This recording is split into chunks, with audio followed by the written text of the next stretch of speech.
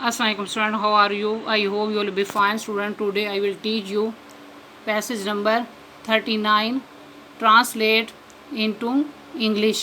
Student, now let us start. First sentence, आबी मेरे बचपन की दोस्त थी। इस सेंटेंस के एंड पर लफ्ज़ थी दिया गया है। इस सेंटेंस को इंग्लिश में ट्रांसलेट करने के लिए वाज को यूज़ करना है। इस सेंटेंस को इंग्लिश में इस तरह ट्रांसलेट किया जाएगा, आबी was my childhood friend. Next sentence, इकट्ठे खेला पढ़ा।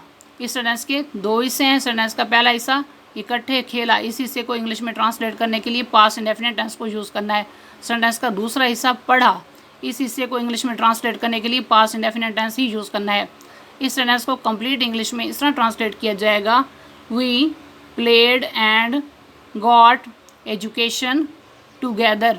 नेक्स्ट सेंटेंस, फिर मेरी FA के बाद शादी हो गई और मैं अपने मियाँ के साथ लंदन चली गई। इस सेंटेंस के तीन हिस्से हैं। सेंटेंस के पहले हिस्से को इंग्लिश में ट्रांसलेट करने के लिए पास्ट परफेक्ट टेंस को यूज़ करना है, यानी कि हैड और थर्ड फॉर्म को यूज़ करना है।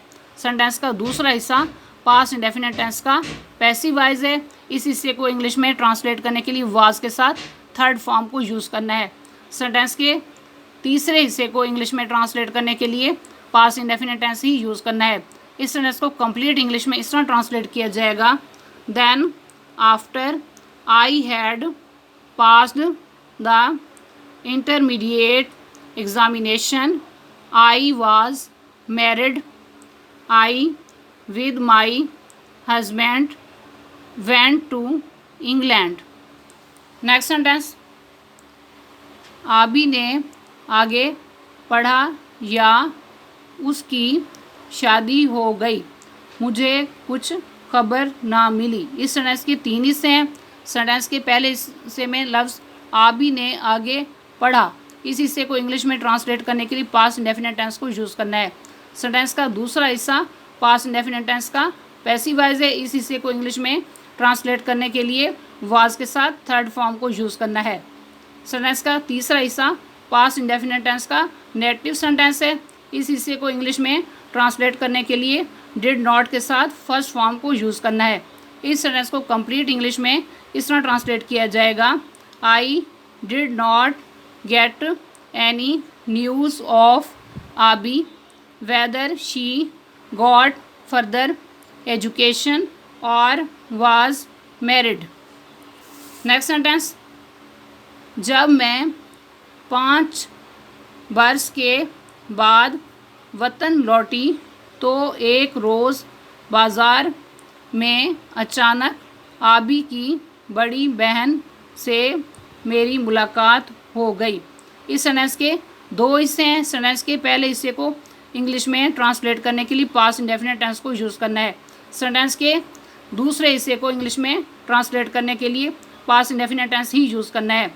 इस सेंटेंस को कंप्लीट इंग्लिश में इस तरह ट्रांसलेट किया जाएगा, when I return to my homeland after 5 years I one day suddenly ran across Abi's elder sister in the bazaar. Next sentence, मैंने बेताबी से आबी के मुतालिक पूछा तो उनकी आँखों में आंसू तैरने लगे। इस सेंटेंस के दो हिस्से हैं। सेंटेंस के पहले हिस्से में लफ्ज़ बेताबी से आबी के मुतालिक पूछा, इस हिस्से को इंग्लिश में ट्रांसलेट करने के लिए पास्ट इंडेफिनिट टेंस यूज़ करना है। सेंटेंस का दूसरा हिस्सा, इसमें लफ्ज़ आँखों में आंसू तैरने लगे, इस हिस्से को इंग्लिश में ट्रांसलेट करने के लिए पास्ट इंडेफिनिट टेंस ही यूज़ करना है। इस सेंटेंस को कंप्लीट इंग्लिश में इस तरह ट्रांसलेट किया जाएगा, tears wetted her eyes when I asked her about Abi इम्पैशनेटली।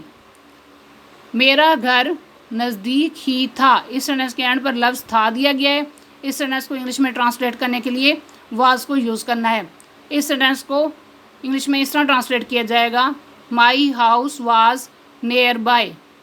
Next sentence, मैं उनको अपने साथ ले आई ताकि वो इत्मीनान से मुझे आबी के बारे में कुछ बता सकें।